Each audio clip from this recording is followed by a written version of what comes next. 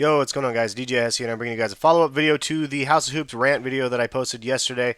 You guys went in on that video, man. A lot of comments, a lot of great replies. Some of them were from employees from House of Hoops, and some of them were from people that had good experiences and as well as bad experiences with House of Hoops. So, all in all, though, I was really pleased with the comments. I'll just go to the comment section and take a look at these. While I'm chatting here. But basically, a couple things I wanted to let you guys know. One, the guy's name was Jose, not Juan. That's my bad. I wasn't trying to mix him up. I just forgot what the name was. And he is the manager, from what I've been told from numerous people. So the fact that he's the manager there is kind of sad to me. I guess there's another manager that's a bigger manager than him, but he is one of the store managers. Uh, and I don't know why I felt like he was just giving me this look, but man, he was just being such a like a I, he gave me that arrogant kind of vibe or whatever. Like I just didn't have like I don't know, like I don't really know how to describe it. All I know is if you saw it and you were there, and a lot of you guys can relate to that feeling where you just get treated like a second-rate person because you're there trying to buy shoes, and I think that's wrong, in my opinion. Now, I'm not saying that's the way all employees are, and I think that's one thing that I wanted to definitely set clear because there are good employees there. One of them has helped me out from time to time. He's a little Asian dude. I showed him my collection, and then he was like more like interested, and I think that's the thing that's kind of frustrating to me, and it's part of it's not just sneaker culture; it's in anything in life. It's um, like I have a video game channel, right? And in my video game channel, I actually no, I'll show you guys it later. I have a video game channel, and there's some YouTubers on there that have 300,000 subscribers, 100,000 subscribers, or whatever, and I'll tweet them, and they never reply back to me. Whenever they post something about sneakers, I'll say something, and then show them like my collection or whatever, and let them know that I'm like have a video game and I do sneakers, and then they like instantly follow, or some of them have instantly followed from that. And to me, I'm like you ignored me for like my last 20 tweets that I sent you in the last year, but the one that I sent you a picture of my sneaker collection, then they'll follow. It's like, but it's just kind of the lay of the land, right? It's just the way things work out. People don't feel like they need to respect you until they know what you have, uh, and I don't know, and the other half of it is, I guess, if you have 300,000 or 400,000 subscribers and 1,000 or 100,000 followers on Twitter, you never know who has what, and not that it should matter, but it's really hard to follow every single person. There has to be something that you have to offer that stands out from the rest to make it so they have a spiked interest in wanting to pay attention to you.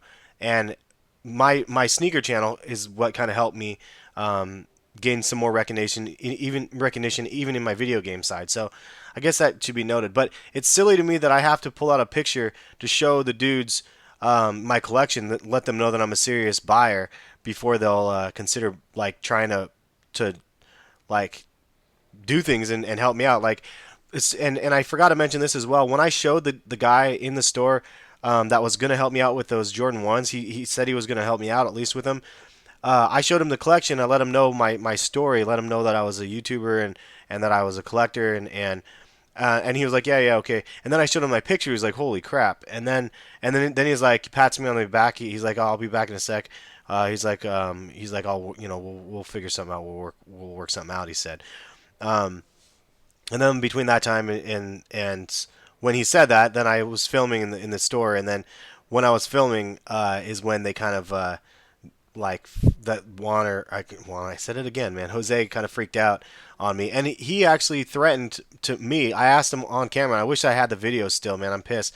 I deleted it, but he hit me up, and he's like, I'm like, well, why can't I film? And I'm like, well, what's gonna happen if I film then? And he's like, well, I'm not gonna sell you any more sneakers in our store then.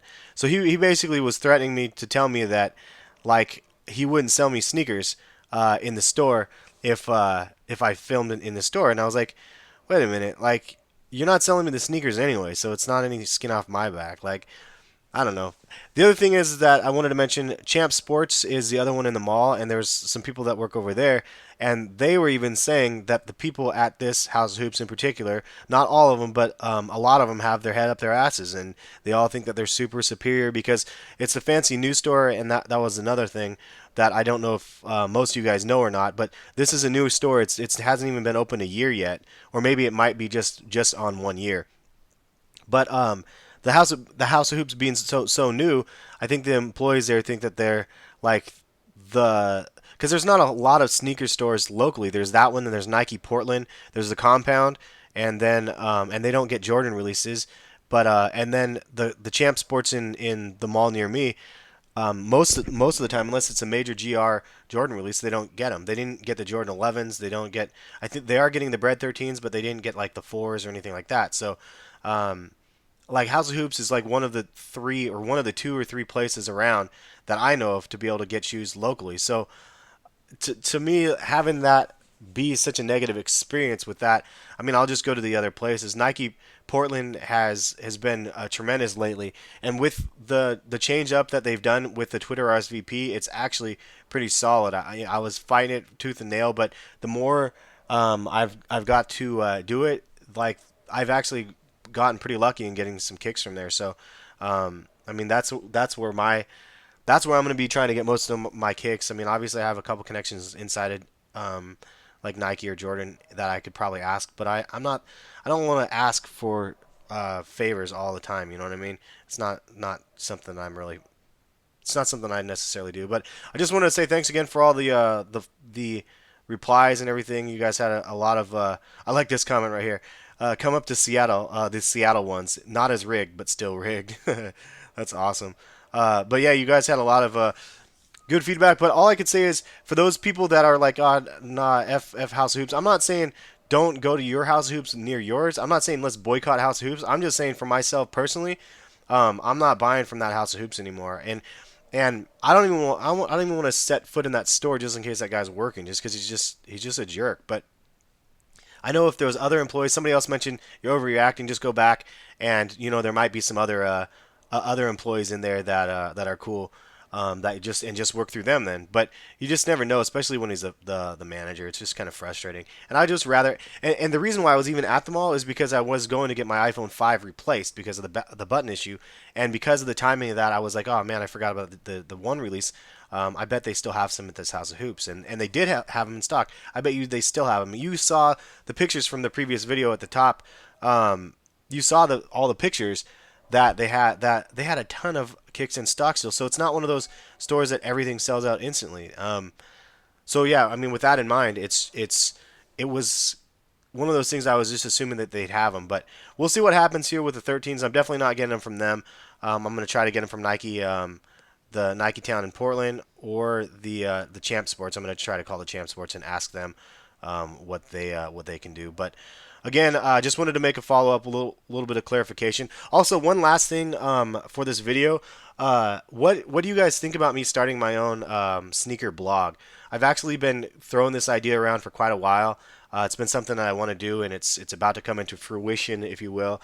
About to launch a sneaker blog, but I'm curious if you guys would check it out. It would obviously have links to all my videos and stuff and topics as I post them daily, but it would also have links to just images of sneakers and sneaker releases and stuff like that. I'm thinking, and I don't know of a name. If you guys think of a fancy name for a sneaker blog, leave a comment. Let me know what I should call the sneaker blog, or tweet me even better what I should call it. Otherwise, I'm probably just gonna go with something like heskicks.com or something like that. But anyway, thanks again, guys, for stopping in.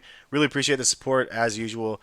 And if you guys haven't seen my homepage and subscribed, all you have to do is go to this homepage right here, and there'll be excuse me, there'll be like a subscribe button up here you can hit if you want to subscribe to the channel. Just about 14,000 subscribers, pretty wild, man.